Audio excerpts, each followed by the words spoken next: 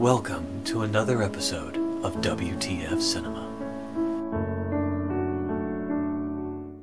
Welcome back! Without further ado, let's dive right back into Happiness of the Katakuris. So of course, this being a comedy, the wrestler has a heart attack while humping his underage girlfriend. Of course, the family discovers the next morning that not only is the sumo wrestler dead, but in dying, he crushed to death the girlfriend. 2 dead bodies for the price of 1 act of sexual congress. And we meet this cop who has the worst teeth I've ever seen in my life. It's worth noting that this cop is actually of almost no importance to the film. He's mentioned like one other time. This film is filled with a whole lot of stuff that pops up but doesn't actually make sense, and I don't know if this is a part of Japanese cinema or not, but they frequently introduce situations that are self-contained and have nothing to do with the movie at all. I've left a lot of them out because this movie is weird enough just sticking to the main plot. Speaking of the main plot, a lot of things happen in quick succession here. First of all, they decide that 2 more corpses would also be bad for business, and so they have to cover up those deaths as well. Luckily, it's a big forest, lots of room for shallow graves. At this point, we quickly meet a series of teenagers that check into the inn and don't do anything abnormal and then leave. Woohoo. We find out that a road is going to be built right where they buried the corpses, so they're going to have to dig them up and move them.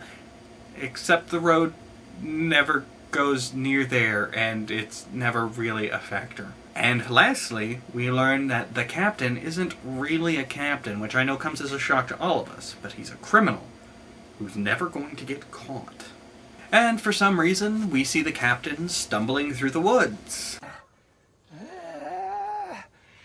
And he drinks some poisoned water.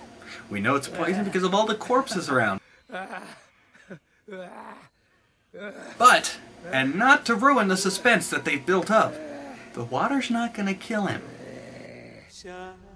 And now, ladies and gentlemen, the captain, with a pickup line that has never worked for me.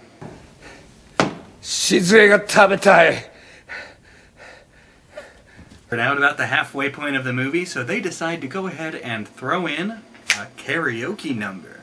Sing along, just follow the words on the screen, if you can read Japanese. ここまでやってこれたのもお前の笑顔があったからいいえあなたについてきただけ You know, after I profess my love and appetite to a young woman, I like to take her on a nice romantic walk through a junkyard. Okay,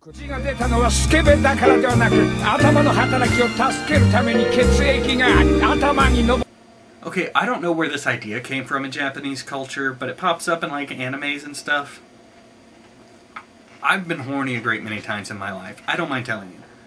I have been so horny that I've been as horny as a man can get, okay? And never once has that condition led me to a nosebleed. Not once. Not before the horniness, not during the horniness, and not after the horniness has abated, has my nose ever gushed forth blood. So I don't know where this concept came from, but Japan, can you sort yourselves out? Please? During this whole ordeal, the captain tells the girl that he's actually a member of the royal family, and if she'd just give him money to fly home to sort it out with the queen, he'd come back and marry her. Great-grandfather is wise to this and decides to kick the guy's ass. The girl, in an attempt to save her grandpa, kicks both of them off a cliff and into claymation. This movie likes to go into claymation from time to time because it can. And now we get the touching love story of how Grandma and Grandpa first met. そうね、お父さんがね、初めてお母さんの部屋に泊まった朝にね、お父さん靴箱からお母さんの靴全部出して磨いてたのよ。ランニング1枚で。その後ろ姿を見てたらね、あこの人にずっと美味しいもの食べさせたいなって思ったのね。 Yeah. No. I have to be honest, there are a lot of times watching this film that I really thought the translation had to be off. It had to be wrong. There's no way this is what these people are saying. And then I remembered. Japan. Finally, there's a huge rainstorm that manages to expose all the dead bodies, which start to sing, dance, for no reason.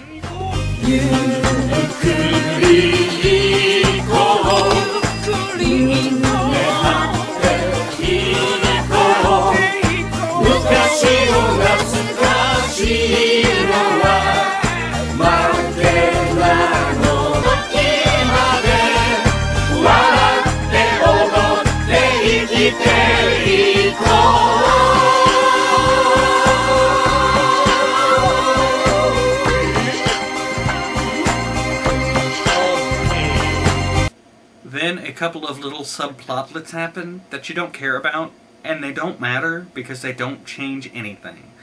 And our grand finale. A mudslide happens out of nowhere. The mudslide turns the family into claymation again.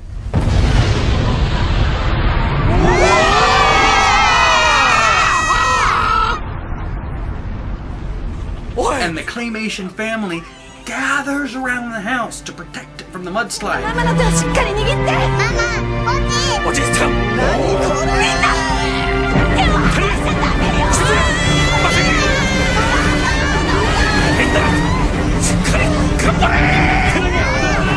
Picks up the house and moves it down the road a little bit to a much better location, and everybody's happy.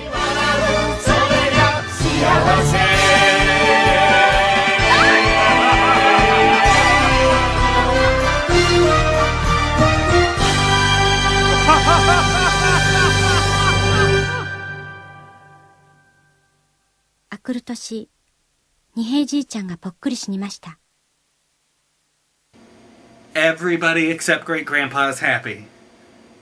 The end.